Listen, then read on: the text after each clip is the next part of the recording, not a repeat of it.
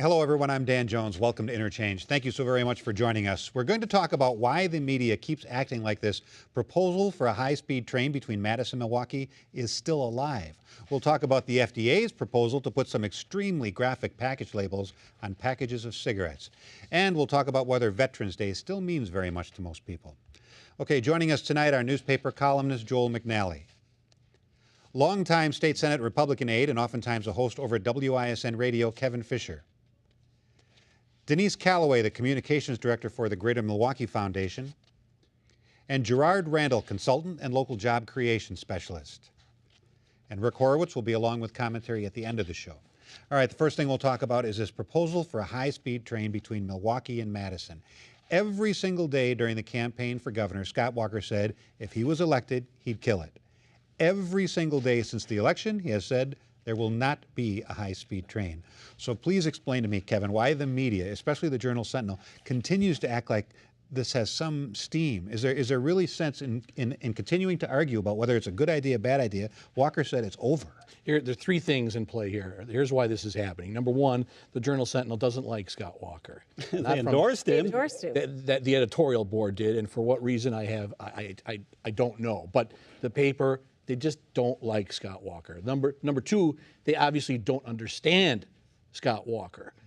When Scott Walker sets his mind on something, he's of such strong principles, he's unwavering. He means it. He doesn't want the train. He wants to kill it. He's not going to change his mind. He's not going to waffle. And three, this is some bizarre wishful thinking on the part of the media. They still want to see this. The voters have spoken. They consider this project to be wasteful government spending and don't want it. And the Journal-Sentinel doesn't understand. Actually, the media didn't create this. This story came out of Madison business people who want to be connected to Chicago by high-speed rail. They couldn't believe that he was going to turn down $810 million. There was a Republican, heading the Association of Commerce in Watertown, where one of the stops going to be. The Republicans out there can't believe that they're going to throw away all this money. And there were businessmen in northern Wisconsin who were on the route from Madison to the Twin Cities, which is part of this high-speed interstate thing. The media didn't make this stuff up. These are all things coming out. What the problem is, I'll tell you what the real problem is. Politicians paint themselves in such corners that they either have to look stupid or become a flip-flopper. And it's stupid to turn down $810 million and then have to pay $100 million more because of money already spent on the line. It's stupid to kill 5,000 jobs over the next couple of years when Scott Walker claims he wants to create jobs, not kill jobs. It's stupid to send, one of the first new businesses on the depressed north side of Milwaukee that, is in the old tower, A.O. Smith site, and send it packing and say, move to Illinois because Illinois wants this money or New York wants this money, we're going to turn it down. Now, what Scott Walker could do, and I keep waiting for him to actually do this, he kept saying, we just don't want to spend the $7 million in operating costs. Well, first of all, that was false because there were never going to be $7 million in operating costs. We now know it's more like $700,000. It's about a tenth of what he says. But then he had He had a recent quote. Where are you getting that figure from? If the federal government pays the percentage of operating costs they already pay for the line between Chicago and Milwaukee. Because all the figures coming out of Madison you're making that it will be $8 million a year. Let me just finish this. Please finish. Because it's $750,000, not $7 million. And he said the other day, unless I have an ironclad agreement from the federal government that it's not going to cost us $7 million. Well, that's easy because it's not going to cost $7 million. So he's still got ways to get out of it. And there's still Republican business groups all around this state who just cannot believe he's going to start off his administration by killing jobs instead of creating jobs and by sending a new company out of Milwaukee where it's really depressed and we need jobs. The application for the stimulus money that will pay for almost but not all of this project said that it will create 55 permanent That's jobs. Not the construction jobs. We're talking about construction. Jobs go away when the project's done. All construction jobs go away. After something's constructed, the construction jobs go away. It does not create permanent, self-sustaining jobs, and we don't have We need the jobs right now. we don't have the We $8 need million the jobs right in now. operating costs every year. We don't have to pay that. We don't have that money. Denise, he couldn't be any more clear. He couldn't be any more clear than he's been. But I think the reason that this continues to be news is there really 810 million reasons why it continues to be news, and that's the money that's attached to this. Because it's not simply that the governor-elect is saying, I don't want the train. I think we've all heard that. What he would like to do is spend that $810 million on road construction and other transportation needs that he feels are important. And the reason this has been in the news is that Secretary LaHood has said very clearly that is not going to happen. The reason it's in the news is that other states are stepping forward to say, if you don't want the money, we'll take the money. The reason that it's in the news is that the manufacturing company for the trains located here in Milwaukee has said, we don't know if we're going to stay in Wisconsin. We may go to Illinois if the train isn't here. So I think the reason that it still is in the news is because there are things that are happening that make it news. It's not something that's manufactured and reflects the fluid and ongoing nature of what's happening here. Yes, the governor-elect has been very clear that he doesn't want the train, but there are all kinds of other things going around associated with that are not clear. But he's made it clear that these conversations can continue to go on. There is not going to be a train. There won't be a train as long as this continues to be a low priority for his administration and a low priority for Republicans. Because across the country, you're seeing a number of Republicans who are in administrative positions, governors in particular, saying that when there are costs that their states have to bear for these kinds of projects, they're not going to obligate their states to take these projects on. And so you're going to see Scott Walker have a lot of company among his fellow Republican governors, certainly, in rejecting federal spending that obligates their states. And this is just the first salvo. It's $810 million for a train that's a low priority. Wait till we start talking about Medicaid cost and that cost to the states for rising. Is even lower priority. Well, no, it's a high priority, but the way that the money is being spent is certainly going to be reconfigured. I think that in this instance, people talk about the jobs. They tend to forget that Talgo was not the only bidder for that work. We have a Wisconsin-based company, Super Steel, that was one of the bidders. So Talco leaves. That doesn't mean that those jobs that were going to be dedicated to building rail cars will not still happen by a Wisconsin-based company that's still capable of bidding and doing quality work because they've gotten these contracts before. Wisconsin gets out of the railroad business but builds all the cars for the rest of the country? Well, those are jobs. And if your only criteria is that these are jobs that need to remain in Wisconsin, we've got a company right here that can build those cars and will be competitive in doing so. And Scott Walker's already made it very clear he's going to aggressively pursue those kinds of jobs that should be located here because we've got an atmosphere. He just insulted the company and said, we don't think you're really going to leave anyway. I question how Talgo got into the business in this state anyhow. There was a very questionable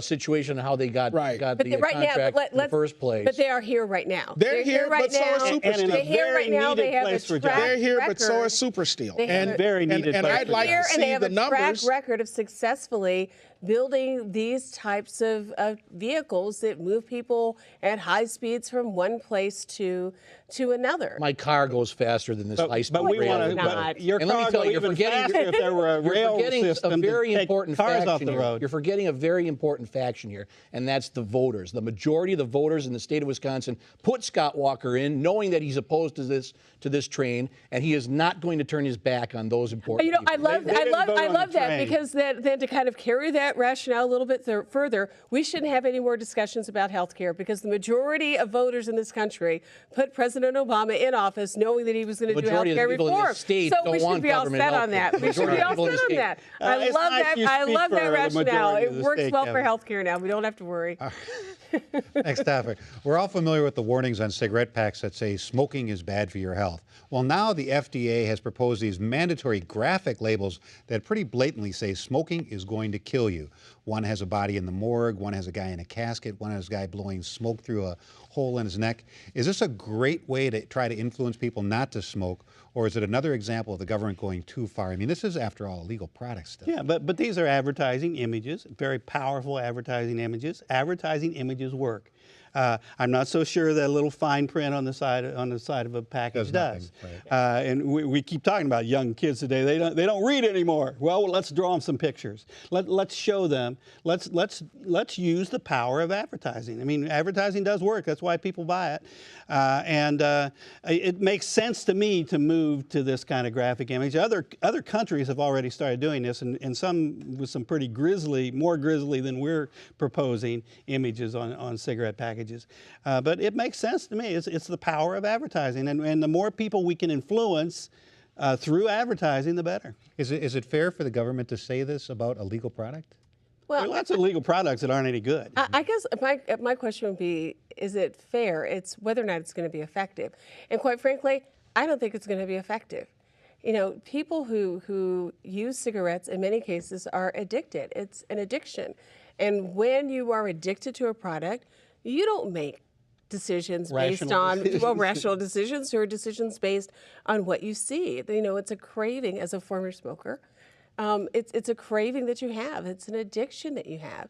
So I really don't know that it's going to make that much of a difference in terms of getting people to quit smoking. Might make difference with kids, though, starting. It might, but again, you know, I think kids engage in this activity because they see somebody else doing it, where they think it's cool. So I don't know. I really don't know. The pictures are not cool. I would hope that somehow this would be a deterrent, but I'm not convinced that it will. I kind of agree with Denise. I don't think smoking really is a choice for a lot of people. For some people, maybe it is, but for a lot of people, once you start smoking, it's not a choice anymore. It is an addiction. But I don't know if a picture is going to stop a current smoker. It might stop a kid from smoking, but I don't know if it's going to stop a current smoker. Maybe, and that depends on how they target the campaign. If the campaign is targeted to young people and it reaches out through the media to those markets where young people are apt to be paying attention, it might have some impact. But let's talk about mixed messages.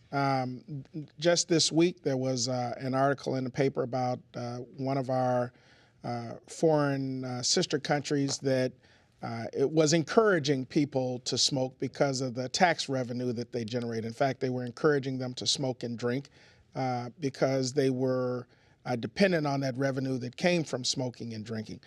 Right here in the United States, one of our more powerful symbols is the President of the United States, a smoker. What better message could be sent if this is, in fact, what the government wants to do would be to encourage people not to smoke by cutting the habit himself. Which he's been working on. Well, he says he's working on it, and I applaud him for the effort. But if you're going to go that far out and impose these kinds of rules and regulations on the industry, then you need to look at just how your own house looks before you send that out. He moves the government, so I would expect that there would be more of a personal commitment to this than what I've seen. Second, I take a look at the industry as a whole. We depend in this country on a lot of tax revenue coming from what we call sin taxes, and particularly with regards to cigarettes. When we tax this heavily, and we're talking about imposing even more taxes on it, and we use the argument that if we impose these taxes and we make it too expensive for people to smoke, that will then lead to a decrease in smoking. We can allocate some of that money to mitigate health care costs, all of that stuff. At some point, we're going to see that drop in revenue that we're going to have to make up someplace else if they are successful with this campaign, this smoking cessation campaign. And I think that's going to create bigger problems for us in this country. Kevin, I got a feeling you don't like the idea of Big Brother telling you how to live your life. Boy, have you read my mind. This is what happens. It's hard. But this is what happens when you get too many bureaucrats who make too much money and have too much time on their hands, and they come up with all kinds of screwy ideas to try to control you and your life. What is next from the nanny state?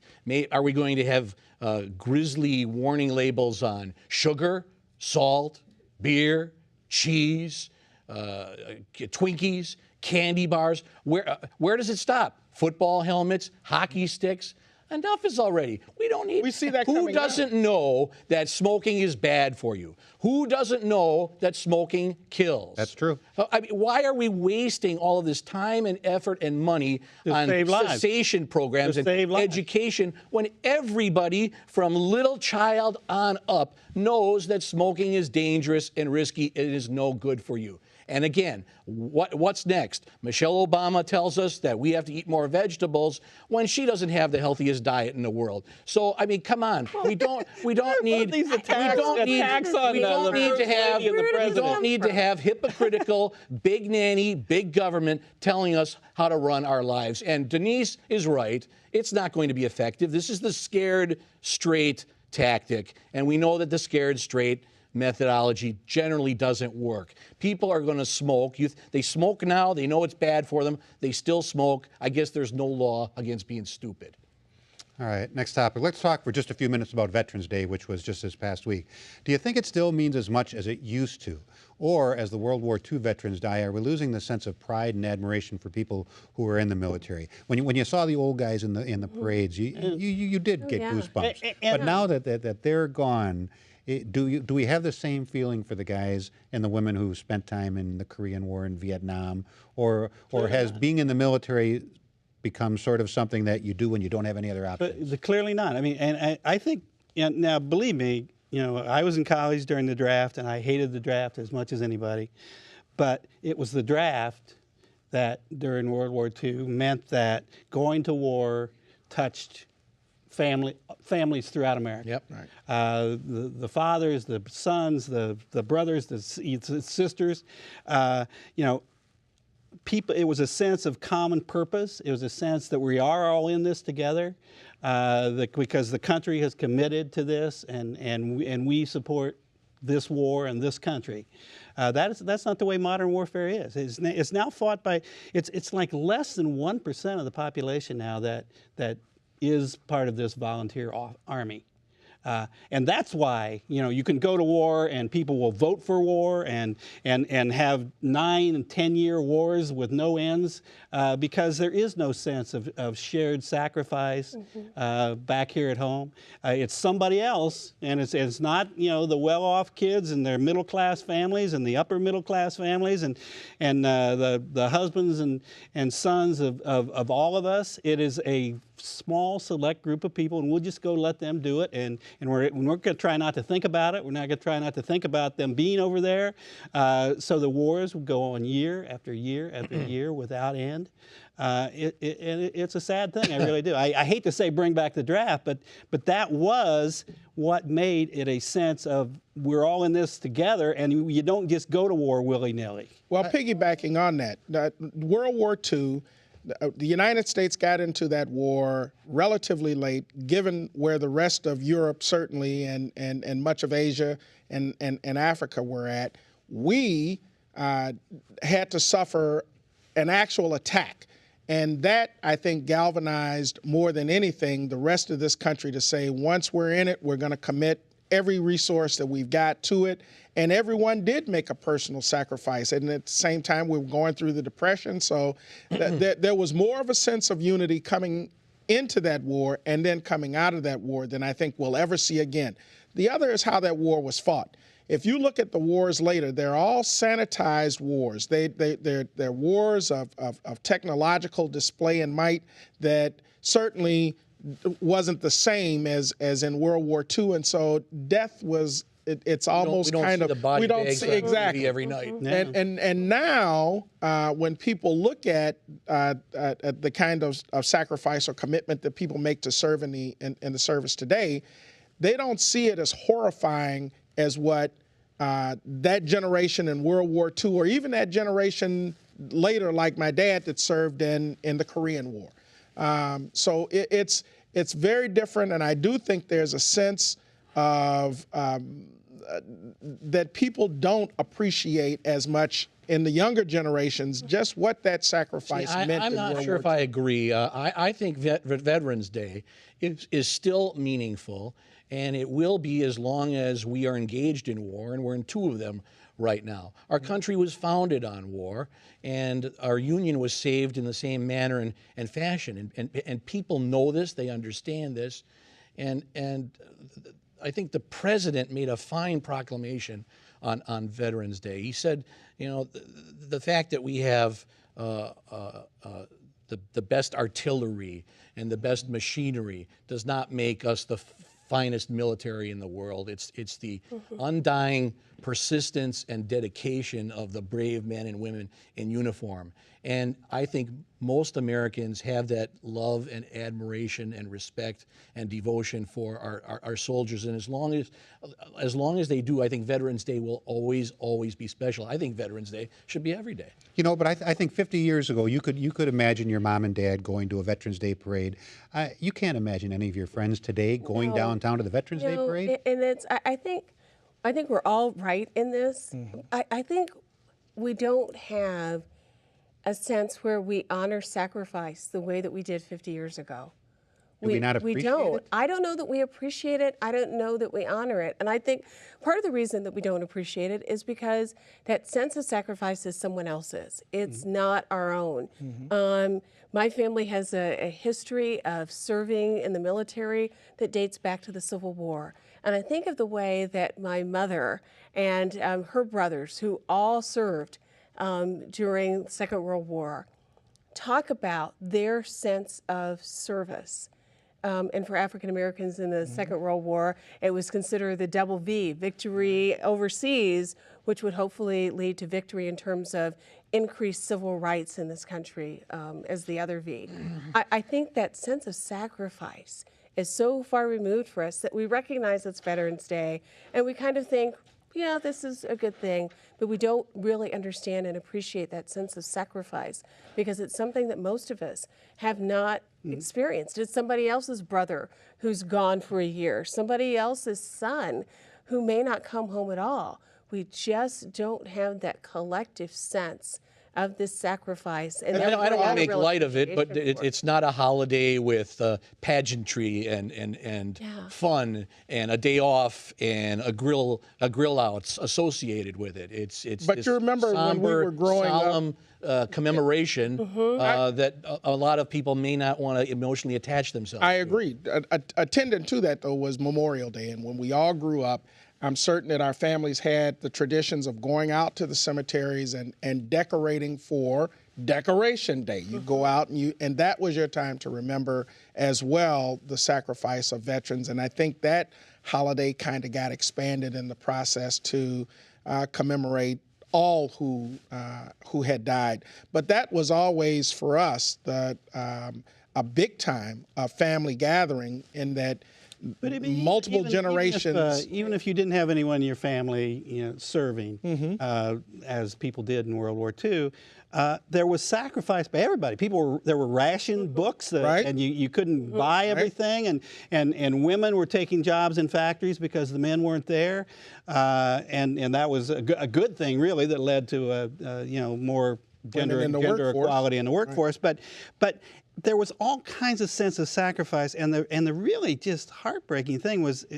this sense of no more sacrifice. Not only did we not raise taxes to pay for the war, or have to buy less gasoline or anything else like people who went through World War II, but very wealthy people got tax cuts during the war, and very wealthy people got big contracts, to rebuild, the things we blew up over in Iraq. I mean, it was a profit-making sense more than we're all going to have to really suffer and sacrifice, and that's wrong. All right, we move on. Well, it's not exactly a replay of World War II, but the global financial crisis has the United States squabbling with some of our strongest allies. The latest source of tension? A proposal by the chairman of the Federal Reserve to do something. Even the name of the thing has people confused.